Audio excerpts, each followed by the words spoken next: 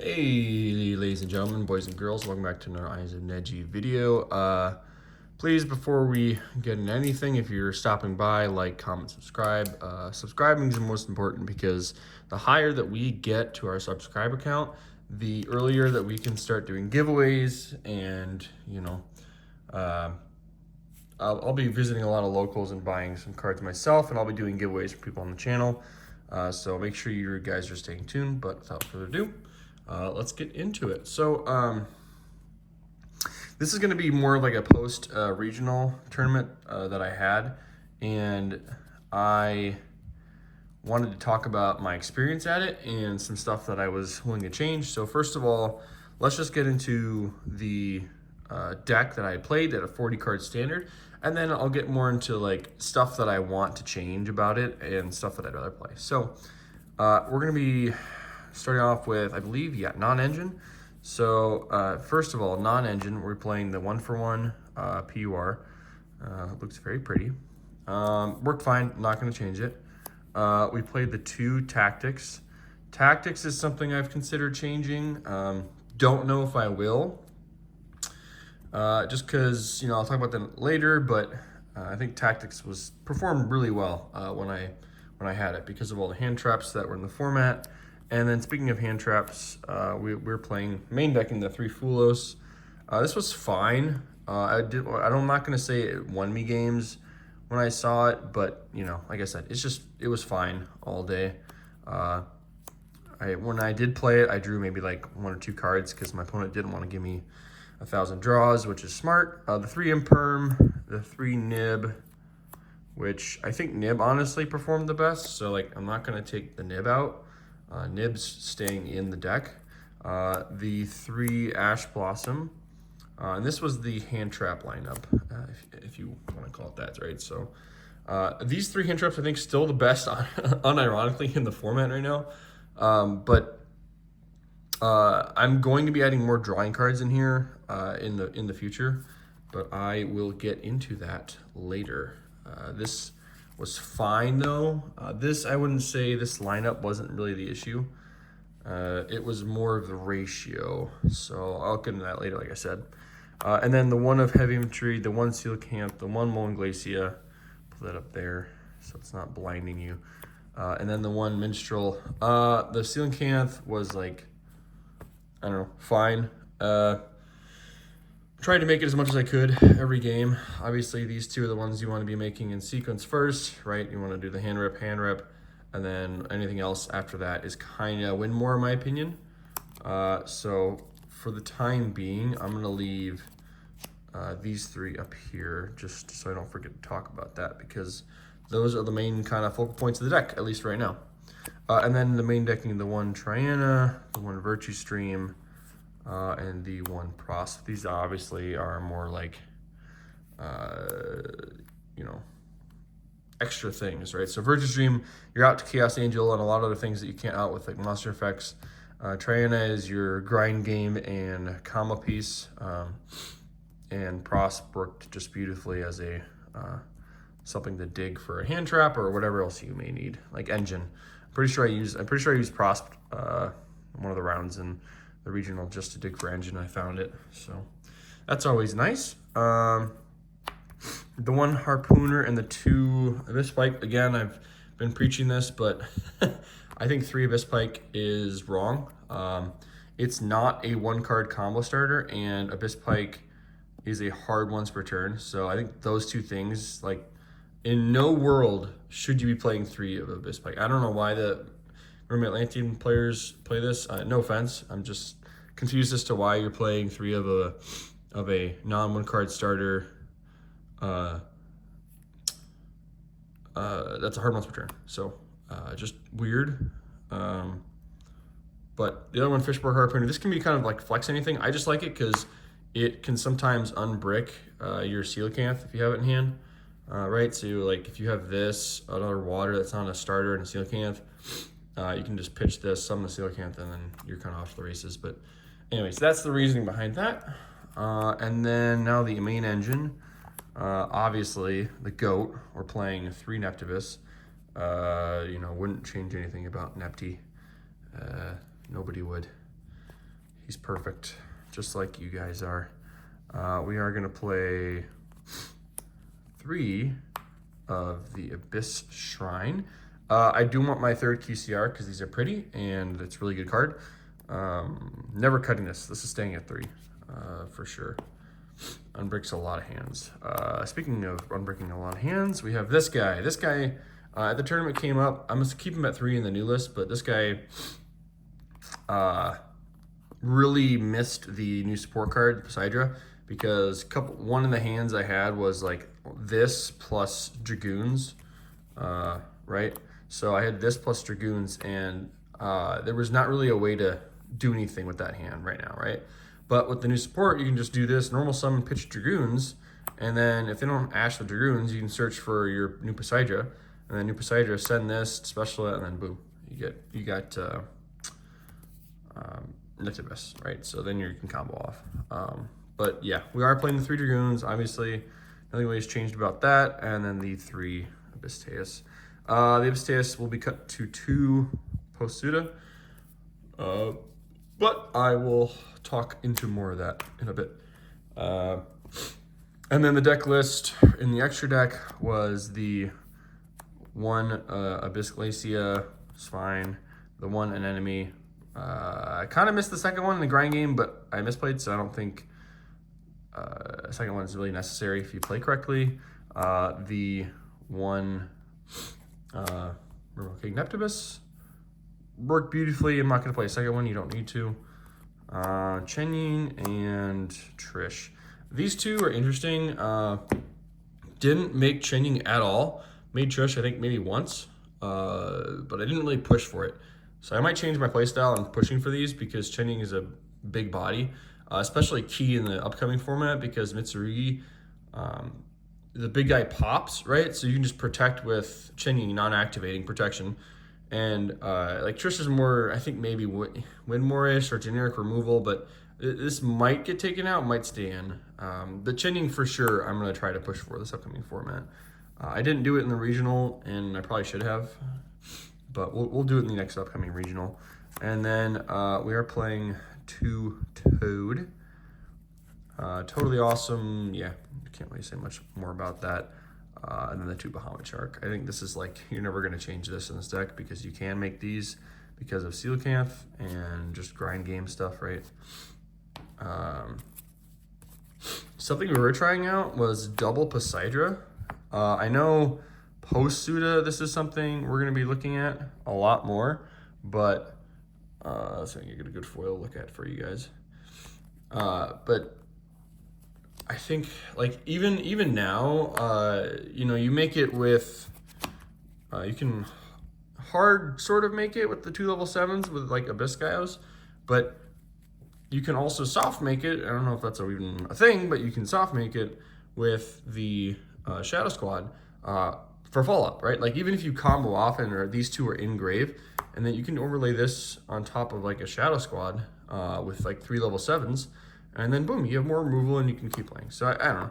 I think 2 was, the second one didn't come up just because I didn't have enough material, but I think because you don't need to use as much Post-Suda to get them out, I think 2 is going to be good. And then the trifecta of forgotten cards in the deck, La Virtue, Stealth, and Abyss. Made La Virtue almost every single game. Great card, wouldn't cut it. Stealth Kraken tried to make for game one time, was unsuccessful. So I'm keeping it in just because time card as well. And then Dweller felt weird to make. I didn't play against another deck that used the graveyard so heavily, like a pure Ryziel, or sorry, a pure Fiendsmith. So I don't know. Abyss felt really weird in the extra deck right now. I might consider taking it out. It's really only there in the mirror match, so maybe I'll just side it. Yeah, and that's it for the extra deck. So, extra deck flex spots that I was considering was, excuse me. Yeah, so maybe Trish. It is the generic removal, but I do have the Post-Suda, and Kraken option. So I can just go rank 4 and a Kraken pop. So I think Trish may be taken out for the new rank 7 XZ, and then the rest probably staying the same, since I don't really have an issue with any of the rest of it. So this is probably the one that's going to be replaced, unfortunately. Sorry, Trish, you got to go. Now into the like side deck options, right? So side deck for the regional that I did was I had cited 2 impulse, 1 called by. Well, this is like, you know, for going second and then the going first side. So I cited those 2. I cited 3 Pirellia. I cited 3 Lancia. I cited 3 Ultimate Slayer. And I don't know what I'm at here right now. I don't remember, what was it, like 3, 6, 9, 12. Yeah, and then 3 Thrust and Sanctum. And I'm not using this just because, like, okay, Thrust is insane. Okay, whatever. This covers the matchup. I didn't see this once when I started in going first. It felt really weird. I don't know. Maybe I'll keep it in, but it's just, I don't know. It didn't feel useful to me in the side because I couldn't search it. And I might side it out considering the new list runs more. Things I wouldn't change, Ultimate Slayer. That's staying. Obviously the Lancias are staying. This probably staying in the side, and I'm getting rid of this package, mainly because these are going in the main. So Call by might be in the main, but my new idea here, and we're talking about Post-Suda now, right? So Post-Suda, Supreme Darkness, in case for those of you who don't know what Suda is. 3 Impulse, I think, is insane in this upcoming format. It is insanely good. I'll tell you why. Because most people didn't read the new Mitsuguri spell, but the Ritual spell and the Quick Play spell both can be impulsed. They both include an effect that special summons. So, like, whether they're using the effect or not, it includes the effect that special summons. So you can impulse both of their Ritual and Searching spells, right? So the impulse is insane, I think, especially since it covers a lot of matchups and your water. I think impulse is really good. I was debating playing Dynamorphia, but we'll see after the support and see how much I still like this deck. But I do have a lot of fun with it. I think the hand trap lineup for Post-Suda for me is going to be higher, much higher. And mainly because this deck plays a lot of bricks, okay? So I am playing the 3. This is my planned lineup here. Is 3 Frulos, 3 Impulse, 3 Nib, 3 Ash, 3 Imperm. I know this is a lot for now, right? And I am still considering playing the 2 Tactics. So that's still kind of not out of our wheelhouse, right, is the 2 Tactics. But, you know, 3, 6, 9, 12, 15 hand traps kind of staying within our limit, and then just bumping the list up by, you know, we were at 40, so this would technically be 43, just throwing that in. And then I want to have the new hand trap, the new Mulch Army, in at 2 of. So this is the new one. I'm going to be citing 3 Pirellias, but the new one I'm going to have here at 45. That's the plan for now. We may start cutting other hand traps, such as, you know, maybe Nib, cutting to Nib to 2, and then getting rid of the 1 Tactics. Might be an option for these 2. Area of the Water Charmer, or the Water Chandler, sorry. So shiny, it's hard to see. These 2 it's interesting that I'm going to be trying out soon, because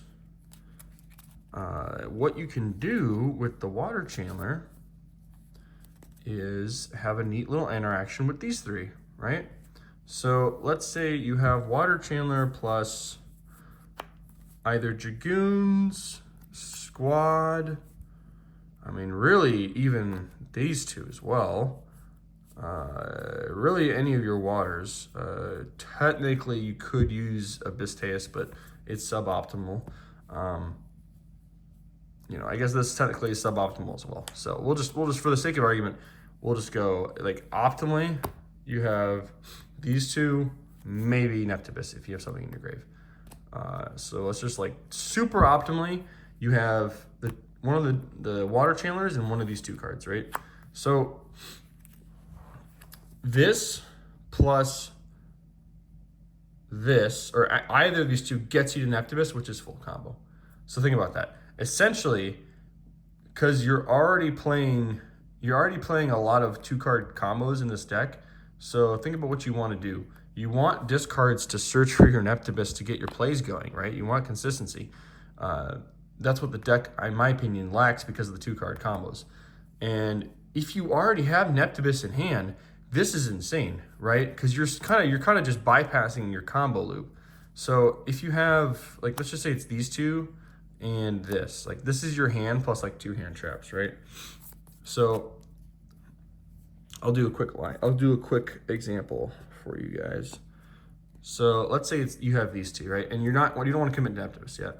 So you go Water Charmer, pitch your squad to search for a water. Keep in mind, any water that is a level higher than the one you discarded, right? So you can search for Molten Glacia.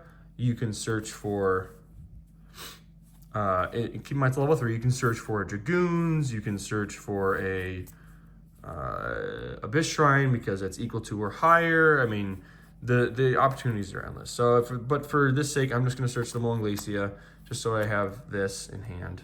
Actually, you know what? I'll search the Minstrel because I like Minstrels better. And then you're going to go New Chain Effect, right? Shadow Squad. Shadow Squad's going to summon out a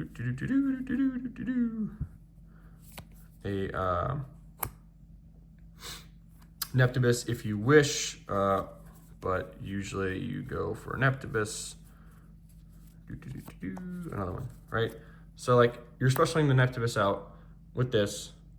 You're getting your Minstrel, and you know, like you have the option to normal summon this, but you have Neptibus now all of a sudden, right? So now you can go Neptibus cost.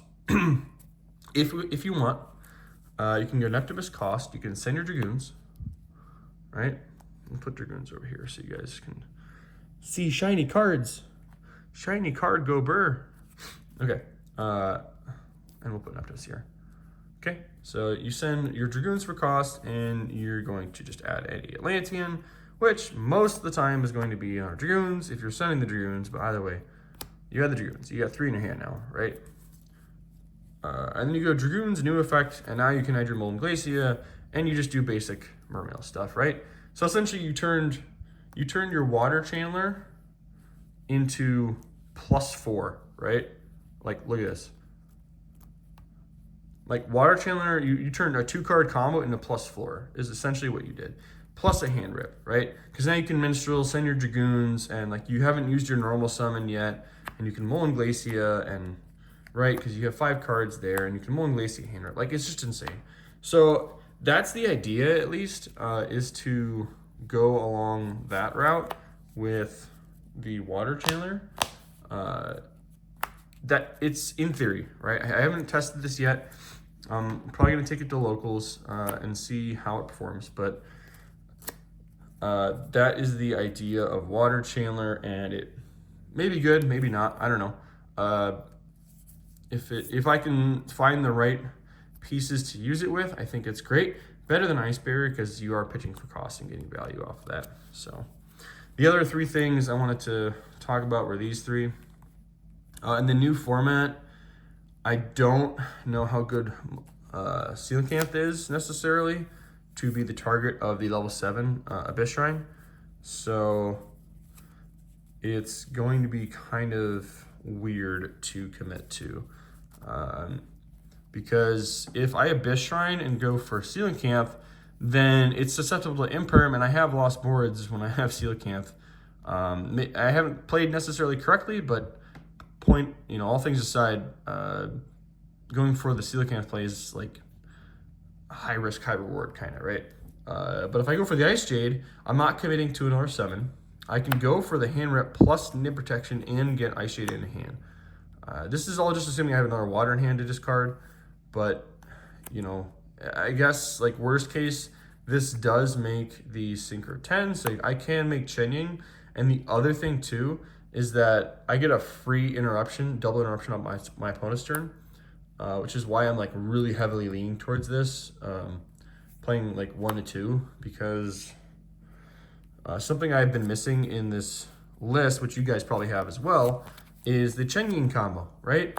Like Chenying this is like almost automatic that I feel like I should be doing, and like all Mermail Atlantean players should be doing, is going Abyss Shrine, search this, pitch, make Adrian or sorry, not Adrian, make Chenying, and then Chenying will trigger when you banish this to draw 1. So you're essentially going +1 to draw 1, and then you're banishing 1 from your opponent's field and grave. So the timing to do this, I've noticed in testing, is you go, if they're playing a Fainsmith, you wait for them to commit to the Engraver equipped with Requiem, or at least just the Engraver on board. You don't really care about the Lacrima. I mean, if they have Lacrima Engrave, obviously you hit it there.